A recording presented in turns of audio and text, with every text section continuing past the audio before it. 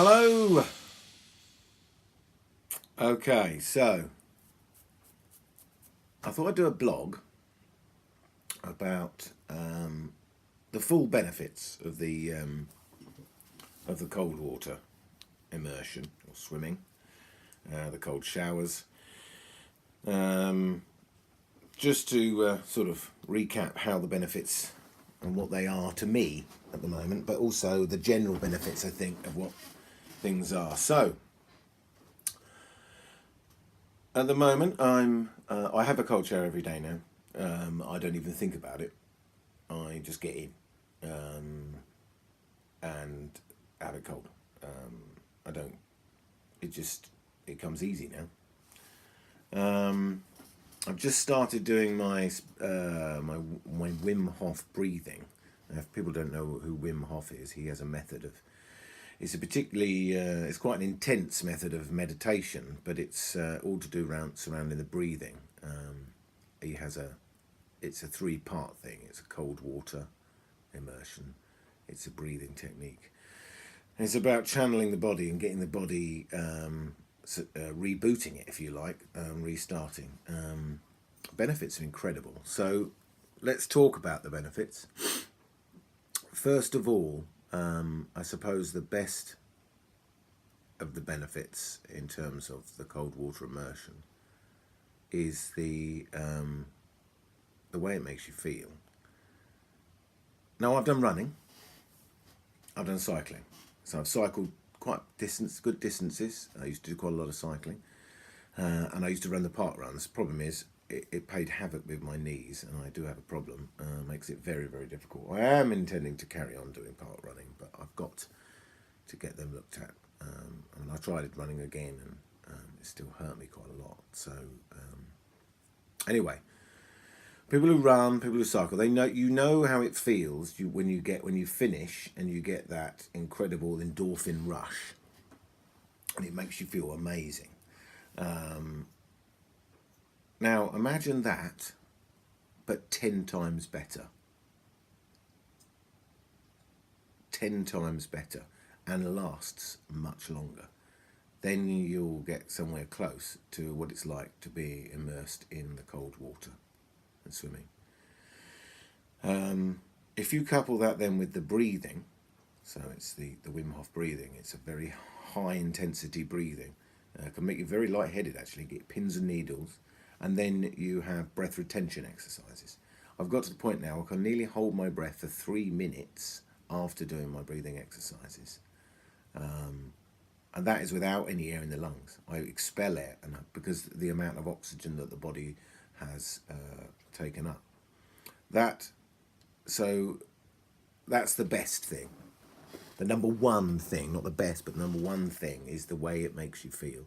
I don't think there's anything better out there. I've yet to find it. I know people love their running, and I'm not dissing that, but for me anyway, and I know for many other people, that the feeling of swimming in the cold water afterwards it just cannot be beaten.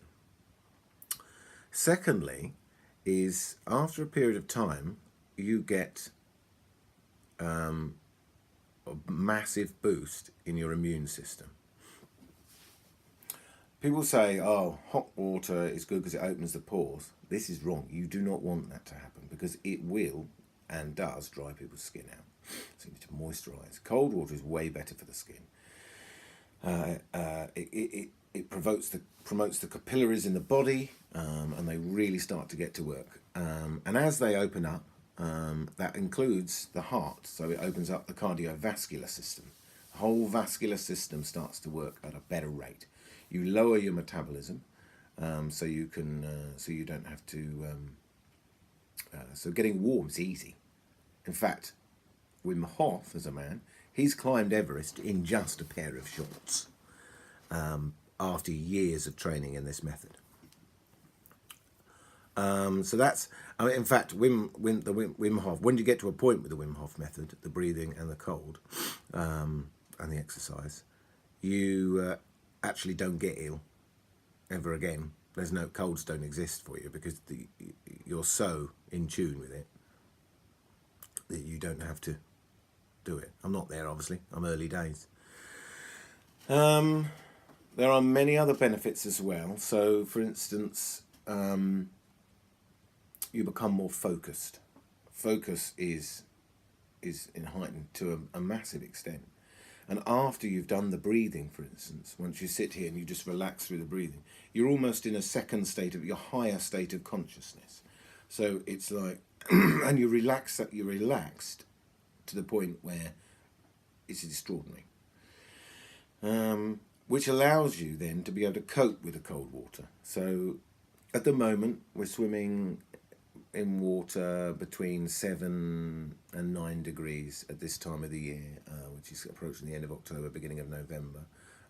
It takes a massive dive around about now. So I'm expecting in the next couple of weeks it's to drop below 6. But that's good. You can't spend as long in because then the danger of hypothermia is always there. And hypothermia is a danger. But it's about knowing how to deal with it when you get out. For instance, we swam last Sunday, and the after drop was quite. There was a lot. We had quite big after drop, all of us. And those who don't know what after drop is, it's when you swim in that kind of temperature of water. Once the pins and needles have all gone away in your body, what happens is the blood will retreat from the extremities, your hands, your feet, and go towards the core, because it's the core that has to stay warm. Obviously, we know that 37.5 degrees is the body temperature of a human, and that's what it has to keep. But that's why it's so good. But just being in the water for 10 minutes is equivalent of running for 30 minutes. Because the energy the burn to keep yourself warm is the same as being in that kind of temperature water for 10 minutes. Or 5 minutes if you drop below 6 degrees, which is known as Baltic conditions.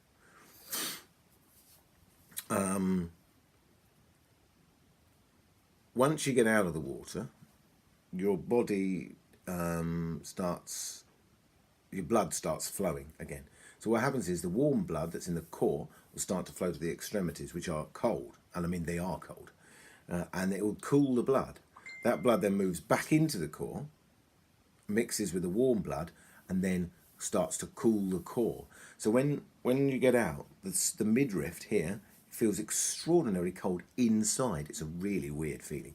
And then you get the shakes.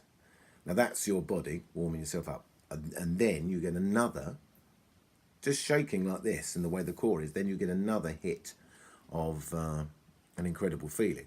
But it is peculiar, and it's at that point you have to make sure you are dressed. That's why it's really important that you get dressed quickly. So yeah, the after drop, but the after drop has its good effects, because once you do recover from that, that's when the endorphins go. Wow, I mean, I can't explain it until you've done it. If you indeed do it. Other benefits are quite long term. So you know, if you're menopausal, if you're a lady and you suffer the menopausal effects, apparently it can literally halt the menopause, the flushes, stop them. But you have to do the breathing. It's part of the breathing as well. You can actually stop that. So that's really good. It has quite major hormonal changes. And that's why it's very, very good for depression. In fact, I would say it's the best thing that you can possibly do for depression. Personally, I cannot see anything that would make it better. So off the top of my head, that's pretty much the good stuff. So yeah, that's why I do it, and that's why I will continue to do it. And I'm actually planning on an ice swim in the middle of the winter, January time. Some of the guys are going to go off, and we're going to go to swim in the ice, so in 0 degrees water, which is going to be cracking. You can't go in for long. I know last year they did it. They all managed one length of this small section because the cold is quite extraordinary. At that temperature, you cannot discern between cold and hot. So it takes on a whole new feeling. I know at the moment, getting out the other day, I swam we had a good swim. We did 25 minutes. And I know when I got out, I was literally red because of all the capillaries in the But if, wow, I cannot eulogize enough about how good it is. If you, even in your wildest dreams, you think, maybe I'll give that a go. Problem is, it's too late now to acclimatise. You have to start your acclimatisation as the water slowly drops from 18 degrees-ish down to degrees we have. So I've moved through that 18, 17, 16, 15, 14, and then we had a bit of a drop because it cooled right down. We had a bit of a drop to sort of 12. Then it remained at 12 for a while, then 11, and then 10, and then we sub 10 now. So yeah, we're in the cold water stage, sub 10. Sub 6, and we're on Baltic. There's very few people that can swim in Baltic conditions between 0 degrees and 6. I have now acclimatised to the point where I can, although we shall see. Anyway, so yeah, I just thought I'd do a little blog of trying to explain some of the benefits. As for me, I'm a much more relaxed person now. Much more relaxed. I feel good. Less things are worrying me now. It's good. Very good. Right, I'm signing off. Take care until the next blog.